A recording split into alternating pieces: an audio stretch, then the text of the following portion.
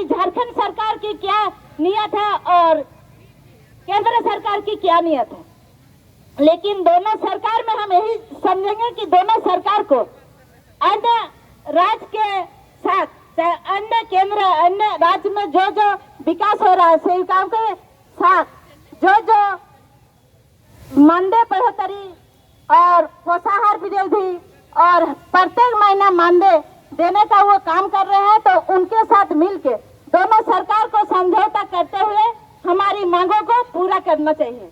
और हमारी मुख्य मांगे ये है कि हमारी आंगनबाड़ी सेविका सहायिका जो छोटे छोटे बच्चों को आंगनबाड़ी केंद्र में रखती है, सरकार घोषणा बहुत कुर्सी पे बैठ के, आरामदेह कुर्सी पे बैठ के बहुत सारे घोषणा होती है, लेकिन उस घोषणा को धरातल में उतारने का काम सब हम लोग करते हैं। और क्या काम उतरा नहीं उतरा, उसका कौन सा योजना झारखंड सरकार का हो चाहे केंद्र सरकार का हो, गांव कस्बे छोटे छोटे हरिजन कस्बों में आदिवासियों बच्चों में क्या नहीं उतरा वो सारा हम लोग के पास सर्वेक्षण है और उसका सर्वे हम लोग करते हैं। तो हमारी सेविका बहनें ये सर्वे करती है कि हमारे छोटे बच्चों को हम जो पोषाहार खिलाते हैं उसमें सरकार हमको बाजारू रेट से कोई भी पैसा नहीं देती है, कोई भी रेट नहीं देती है। चावल का रेट हो, चाहे सब्जी का रेट हो, चाहे दाल का रेट हो, अभी दाल का रेट हम लोग का 86 रुपया हो गया है और चीनी का हम लोग का 25 रुपया 1 किलो का हो गया है। तो सरकार ये सबको समझे और हमको बाजारू रेट से दे। हमारा जो मुख्य मानदेय है कि अस्थायीकरण, हमारी सेविकाएं सहायिकाएं बहनों को अस्थायीकरण किया जाए। तृतीय और चतुर्थ वर्ग में इनका नियुक्ति होना चाहिए। सेविका बहनें अभी MA BA ग्रेजुएट सब पूरा कर चुकी है, PG भी कर रही है, तो उनको सेविकाओं को सुपरवाइजर में सीधा नियुक्ति किया जाए। ये हम बहाली नहीं चाहते हैं।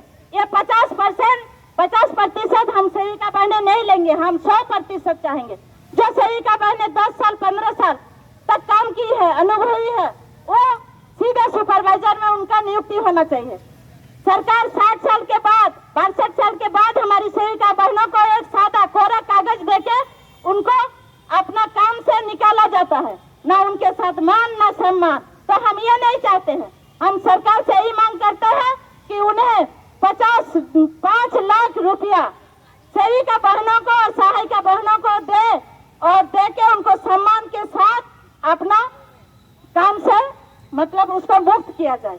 और हमारा मेन मांग है कि हम लोगों का FRS, अभी जो महिलाएं, जो गांव की महिलाएं हैं, वो 4 पैकेट सरकार राशन देती है। उस 4 पैकेट के लिए उनका FRS हम लोग को करना होता है, उसका फेस कैप्चर करना होता है, उसका फेस मैच करना होता है।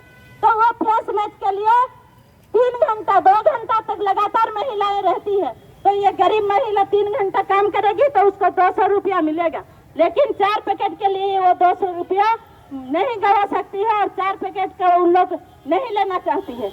इस FRS को निरस्त किया जाए। इस FRS को हम लोग नहीं करेंगे और FRS हम लोग नहीं करना चाहते हैं। और इन्हीं चंद शब्दों के साथ हम अपनी वाणी को विराम देते हैं। जय हिंद, जय झारखंड। बहुत बहुत धन्यवाद चंचला जी।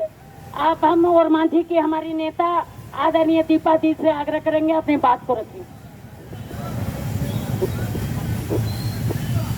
आदरणीय हमारे महामंत्री सुंदरी टुडू और बड़ी दीदी उमेरा खातून, आज हम जिस मुद्दे पर यहाँ रोड में आए हैं वो हमारी बहुत बड़ा मुद्दा है, लेकिन हमारे सरकार, हमारे केंद्र सरकार इस पर कोई विचार करने वाले नहीं है और कर भी नहीं रहे हैं।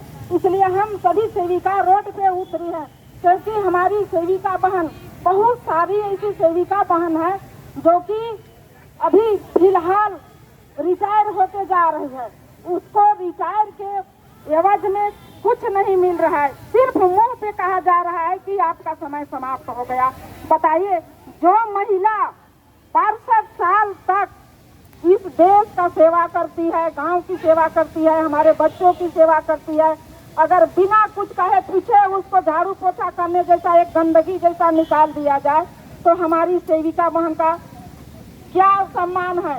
तो हम यही सबसे पहले हमको या तो एक मुफ्त में दिया जाए या तो उसके बदले में पेंशन दिया जाए, अब और नहीं तो परमानेंट किया जाए। और सबसे बड़ी चीज है कि हमको हाल फिलहाल में FRS को एकदम निरस्त किया जाए, हटाया जाए, क्योंकि ग्रामीण महिलाएं 2-3 घंटा हमारे पास नहीं बैठ पाती है।